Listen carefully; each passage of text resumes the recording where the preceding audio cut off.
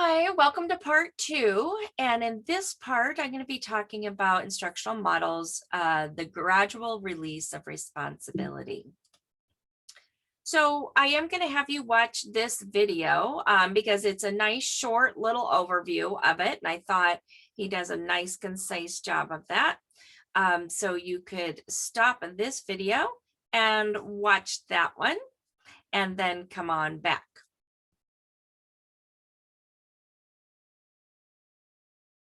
Okay, welcome back. And now that you've watched just that kind of overview piece, I will just kind of, give a summary. So the gradual release of responsibility is moving from it being more the teacher's responsibility to more the student responsibility. Our whole goal is independence because eventually students will not be sitting in a classroom.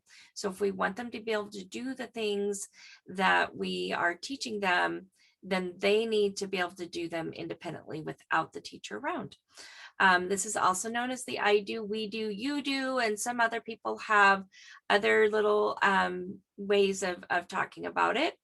But here is how it, like, you start off here on the left triangle, right? Where it's an upside down triangle because most of the triangle is relying on the teacher. So the teacher there is on the left. The student you can think of as more on the right in that triangle. They are doing less. So during the beginning, you are focusing on modeling for the students how to do it. Then we move into this guided instruction. There's a little less of the teacher, a little bit more of the student, and we're doing it together. Students might be working in pairs, they might be working in small groups, and the teacher is going around and supporting them and guiding them in that.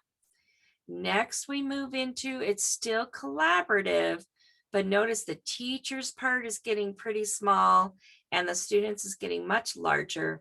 Now, the students are doing it mostly together with still maybe a little help from the teacher, but not near as much as in the guided instruction. Finally, we're at the end where you see the teacher's part is really little. The student's part is very large. They're doing it independently. They do it alone. Okay. Now, how long does this take? That's an important question because each student may need a different amount of each level, right? Some students, you model it for them and it's like they're ready to go to the independent, right? Other students may need that guided instruction longer. That's where we use like pullback small group or one-on-one conferencing where we're supporting them individually. Some of them may need to collaborate for a bit, right? Before they get to that independence. This is where the differentiation comes in. Okay, I want to say kind of what not to do, right? Because I actually see this happening in a lot of lesson plans. This is what I would call the sudden release of responsibility, right? Teacher models it, shows them how to do it, and then says, okay, everybody needs to go do it now by yourself, right? This is, we modeled it and then we just let them go. We're not giving them any support as they're trying it out in a safe way. Usually the independent work that's being expected is pretty high stakes. There's going to be a grade or a score or something attached to it.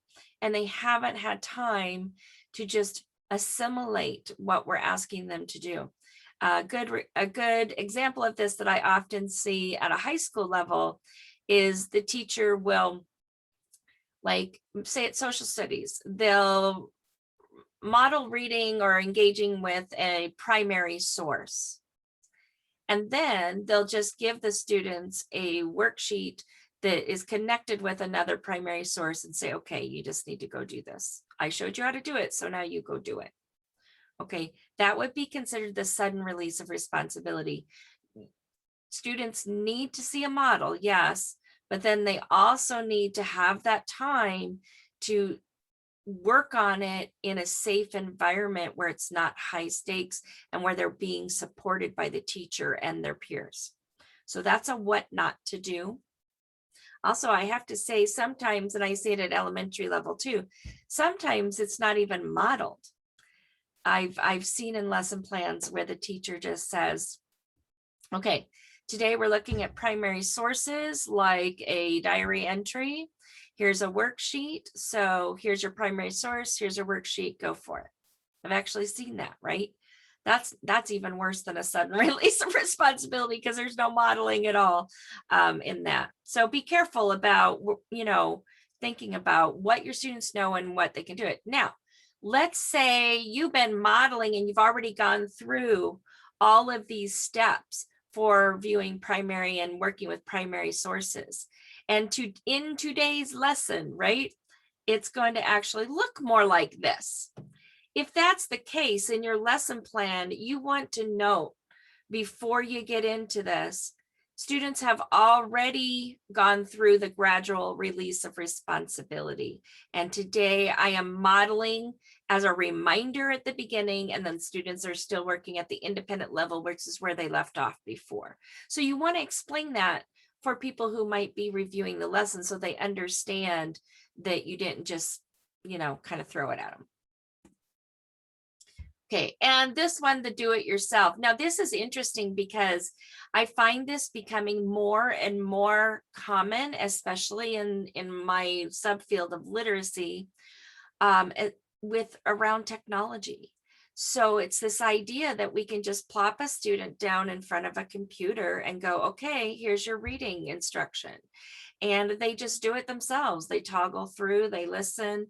Now, I guess there's an argument to say that the computer and what the computer is doing is filling in the modeled and guided, but I think that's a pretty big leap for a lot of students. So just be careful about the completely on your own expectation.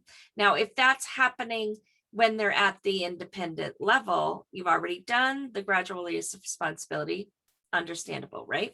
Okay. So back to how it should be happening, right? This should be seen somewhere with the skill or the knowledge that we are working with the students. Okay, and I have one more video for you to view that I thought would be useful on the gradual release. And so you can stop the video now and watch that. And when you're finished watching that one, then you'll go on to part 3 where we're going to talk about the workshop model.